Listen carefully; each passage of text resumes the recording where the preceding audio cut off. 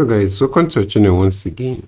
In today's video on our JAMB Chemistry exam revision series, we have these 10 JAMB exam repeated questions to solve on acids, bases, and salts. So guys, here we are going to focus on pH and POH scale. So if you feel you want to answer any question before we provide the answer, you can always pause this video and try out the question even before we provide the answer. So guys, let's start with the first question here.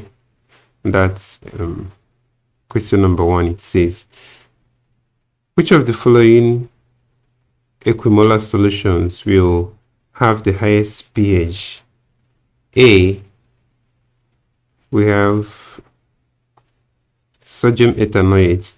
B, we have hydrogen chloride acid or hydrochloric acid. C, we have ammonium hydroxide.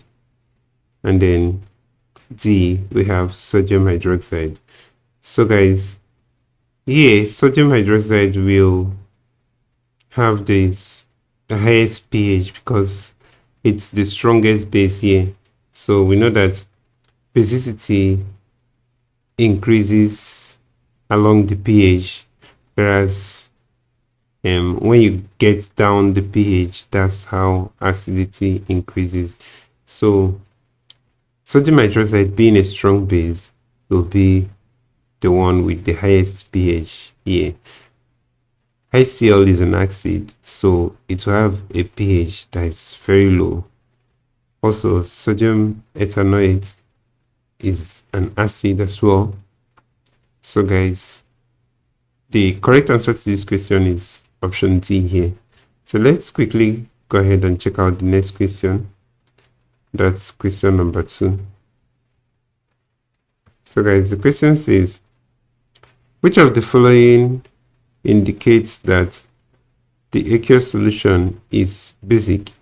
A, when it contains more hydroxyl ions than hydroxonium ions.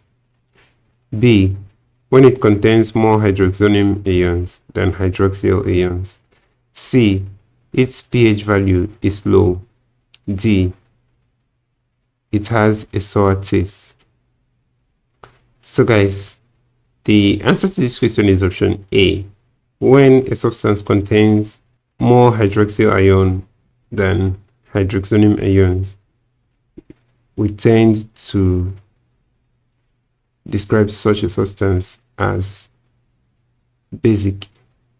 So the correct answer to this question, guys, like I said, is option A.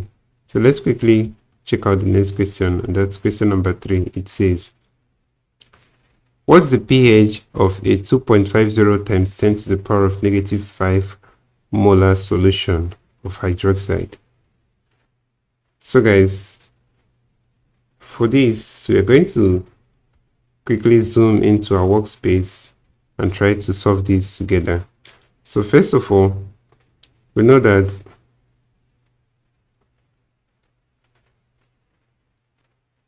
the ionization constant of water is concentration of hydrogen ion times the concentration of hydroxyl ion is equal to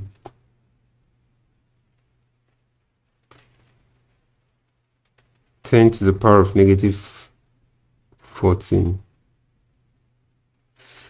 So guys, having established this, we've been given the concentration of the hydroxyl ion, and that's 2.50. So guys, if we want to try this out, let's work with this and this. We know that if we make hydrogen ion the subject of this formula, so guys, we don't have a scientific calculator here, so we are going to make use of a standard way to solve this, and we're going to place this as 1 times 10 to the power of negative 14 over 2.5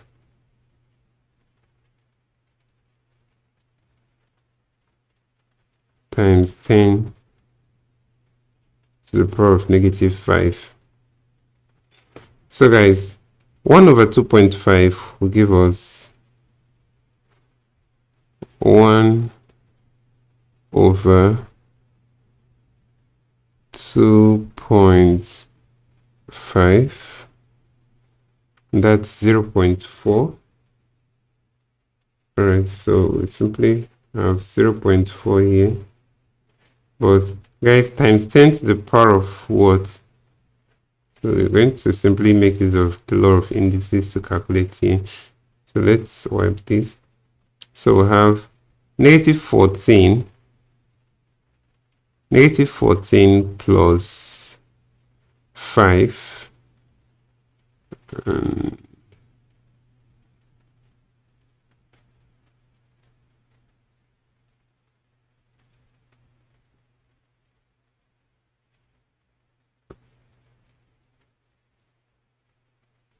and that's a negative 9. So guys, this will be a negative 9. So 0.4 times a negative 9 is the same as 4 times 10 to the power of negative 10. So guys, we've gotten the hydrogen ion concentration. So we're going to wipe this off, and then we're going to use the hydrogen ion concentration to get the pH. Remember, we are asked to get the pH. So pH is the negative logarithm of hydrogen ion concentration. So already we have our hydrogen ion concentration to be 4 times 10 to the power of negative 10. So guys, if we take a negative logarithm of this, so usually if we had a scientific calculator, we would have just pressed this here. But then if you don't have a scientific calculator, guys, this is one easy trick you can use. So this is one trick I like using, especially when I have multiple choice questions. So if I want to calculate the negative logarithm of this, and I'll just simply check the power and then make the power a positive 1 and subtract 1 from it. So the power is negative 10, so I change it to positive, and that's 10, and then subtract 1 from it, and that's 9. So I'll have 9 points. So I already know that the pH here will be 9 point something. So I can simply go to the option and check the one that has 9 point something. But guys, for this particular value of 4, if it is 4 times anything, then the next number here is going to be 4. So you can always take note of this and use it whenever you're solving in your JAMB. So the pH here will be 9.4, and that's the answer to this question, guys. So let's go ahead and wipe this, and let's move on to the next question. So guys, the next question is question number 4, and it says the solution with the lowest pH value is A, 20 ml of M per 8 HCl, B, 50 ml of M per 5 HCl, C, 5 ml of M per 10 HCl, and D, 10 ml of M per 10 HCl. So guys, the answer to this question will be option B, and this is owing to the fact that the concentration here will determine the pH. So guys, the one with a higher concentration here is option B here, and that's M/5HCl, and that's the acid with the highest concentration, and that's the one that will have the lowest pH. So guys, let's quickly check out the next question, and that's question number 5, guys. So guys, question number 5 says the color of methyl orange in alkaline medium is A, pink, B, yellow, C, red, D, orange. So guys, the answer to this question is option B, and that's yellow. So let's consider the next question, question number 6. It says the pH of a solution of 0.25 mole per dm cube of hydrochloric acid is A, 13.40, B, 12.40, C, 14.40, D, 14.60. So guys, we're going to zoom in right here and solve. So basically, from this question, we have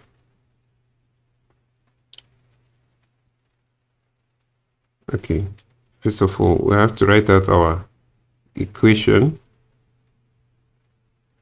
Guys, you need to have this equation at the back of your mind because it's very important. And this will give 1 times 10 to the power of negative 14, or simply 10 to the power of negative 14. So guys, when we have this, we need to input the necessary values.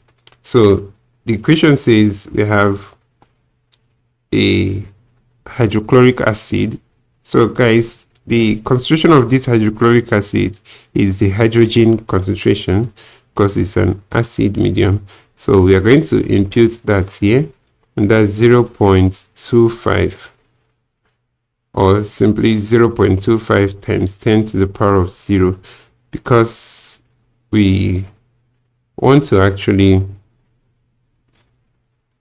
put it in form of indices so that we can really balance well, and since we're making use of a standard calculator, and then we'll